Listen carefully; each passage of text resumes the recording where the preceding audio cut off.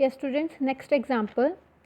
X, Y and Z entered into partnership on 1st जुलाई 2018। इसका मतलब ये है कि उन्होंने विद इन द ईयर मतलब साल के बीच में जाके अपना बिजनेस जो अपनी पार्टनरशिप है वो स्टार्ट किया। अब यहाँ पर डेट 1 अप्रैल नहीं है, मतलब साल के स्टार्टिंग में नहीं है, ठीक है। तो थोड़ा सा मंथ्स का अब ध्यान देना पड़ेगा इस क्वेश्चन में। To share profits and losses in the ratio of 3:2:1, ठीक है, ये रेशियो है। X personally guaranteed that Z's share of profit after charging interest on capital at the rate of 6% per annum would not be less than 36,000। मतलब पूरे साल में 36,000 जो है उसे प्रॉफिट मिलेगा ही मिलेगा। X ने पर्सनली ये गारंटी दी है। किसने? X ने दी है। किसे? Z को। कैपिटल कंट्रीब्यूट की है 2 लाख, 1 लाख एंड 1 लाख तीनों पार्टनर्स ने। और 31 मार्च 2019 को प्रॉफिट है हमारा 1,38,000। So by profit and loss account net profit है हमारा 1,38,000, ठीक है जी। अब याद रखना जुलाई में बिजनेस स्टार्ट हुआ है। जुलाई, अगस्त, सितंबर, अक्टूबर, नवंबर, दिसंबर, जनवरी, फरवरी, मार्च, मतलब 9 मंथ्स। जो भी कैलकुलेट करना है वो 9 मंथ्स के अकॉर्डिंगली ही करना है। सो सबसे पहले तो इंटरेस्ट ऑन कैपिटल आ जाएगा। टू इंटरेस्ट ऑन कैपिटल तीनों पार्टनर्स को अब मिलेगा। किसे? एक्स, वाई और जी को। एक्स की कैपिटल है 2 लाख। 2 लाख पे 6% कितने महीने का? 9 मंथ्स का। इसका 1 लाख पे 6% 9 मंथ्स। इस पे भी 1 लाख 6% 9 मंथ्स, ठीक है जी। तो इसकी कैलकुलेशन की तो इसलिए इसका आ गया 9,000, 4,500 एंड 4,500, ठीक है जी। अब 1,38,000 में से जब मैंने इसे माइनस किया तो मेरा प्रॉफिट बचा 1,20,000। तो ये 1,20,000 किसे किसे मिलेगा?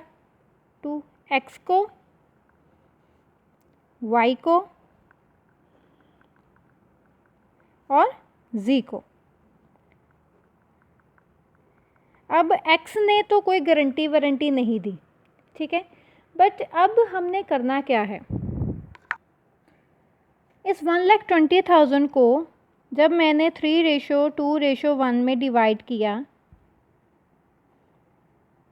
तो इसका आया 60,000, y का आया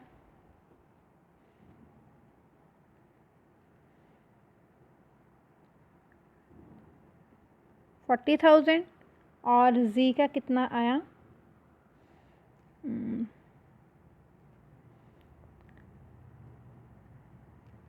20,000। इतना शेयर आया 60,000, 40,000 एंड 20,000, ठीक है जी। पर एक और बात यहाँ पर कहा है उसने कि 36,000 पर एनम प्रॉफिट मिलेगा, बट हमने तो 9 मंथ्स लगाए हैं। तो दैट मीन्स 36,000 इंटू 9/12। 9/12 के करने के साथ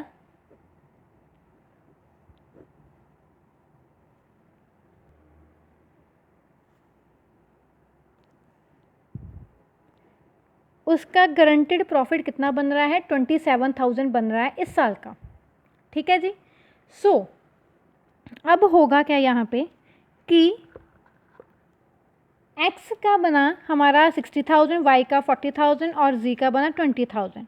अब चाहिए उसे कितना? 27,000 और उसे मिल कितना रहा है? 20,000। अब यहाँ पर 36,000 भूल जाओ क्योंकि ये पर एनम था।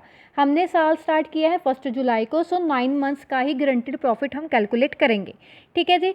x अब यहाँ पर क्या डिसाइड था कि x जो है वो पर्सनली z का जो भी डेफिशिएंसी आएगी वो कवर अप करेगा। सो y का 40,000 का 40,000 आ जाएगा यहाँ पे, ठीक है। x का अब 60,000 था। अब 27,000 उसका गारंटेड प्रॉफिट बना है तो मिला उसे सिर्फ 20,000 है। तो डेट में 7,000 कम मिला है। सो अब ये 7,000 कौन देगा? x देगा। तो 7,000 इसमें से माइनस हो जाएंगे और इसका बना था 20,000 तो इसमें हम 7,000 क्या कर देंगे? प्लस कर देंगे, ठीक है जी।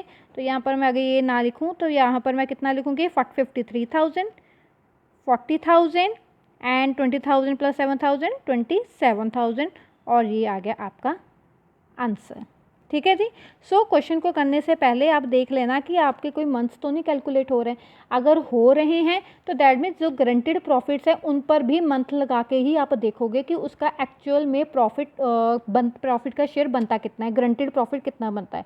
अब यहाँ पर 36,000 से कम बन रहा है, उसका 27,000 बन रहा है, तो दैट मीन्स इस साल उसे सिर्फ 27,000 ही मिलेंगे बिकॉज ऑफ द मंथ। ठीक है जी, तो हो गया ये आपका क्वेश्चन।